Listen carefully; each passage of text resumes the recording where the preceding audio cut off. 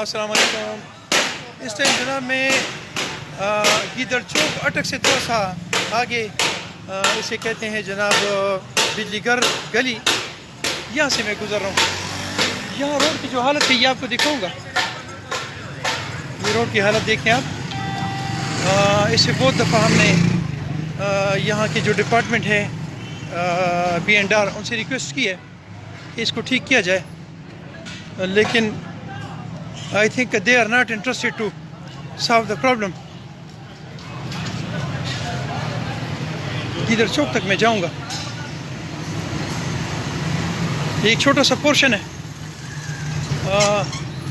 آپ لوگ یہ مت سمجھنا کہ یہ افغانستان کا یہ یاغستان کا راستہ ہے۔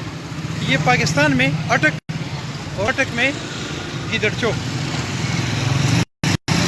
دران سی جاروں، تاکہ آپ کو اس راستے کا اندازہ ہو جائے کہ لوگ کیا کر رہے ہیں۔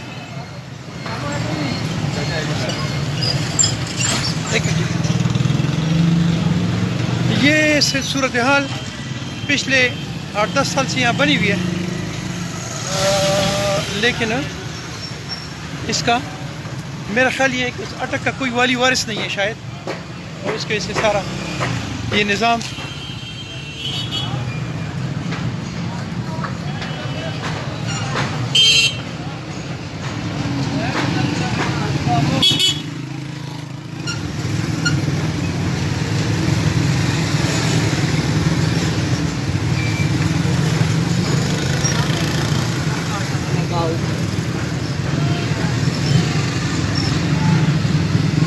یہ صورتحال ہے۔ ایک دفعہ پھر میں بیک کروں گا آگے راستہ، چونکہ رش بہت زیادہ ہے، آپ کو وہ پراپر راستہ دکھانے سے دوں گا۔ ایکچوئل یہ جو ایریا ہے اس کی یہ حالات ہیں کہ اس کو تھوڑا سا ریپیئر کیا جائے، لیکن شاید یہاں پہ اور یہاں پہ رش کی سے صورتحال ہوتی ہے، جیسے میرے آپ رائٹ سائڈ پہ بھی دیکھ سکتے ہیں اور لیفٹ سائڈ پہ بھی دیکھیں۔ مجھے امید ہے کہ B&R ڈپارٹمنٹ میری اس لائیو ویڈیو پہ تھوڑا سا ایکشن کریں گے اور اس کو ٹھیک کریں گے، اور اگر ٹھیک نہیں کریں گے تو یہ اپنے ساتھ نہیں، یہ اپنے بچوں کے ساتھ ظلم کر رہے ہوں گے۔ اس کو یہ کہ اس کی آپ لوگوں کو تنخواہ ملتی ہے، آپ گورنمنٹ سرونٹ ہیں، اور یہ آپ کو ٹھیک کرنے کی ضرورت ہے۔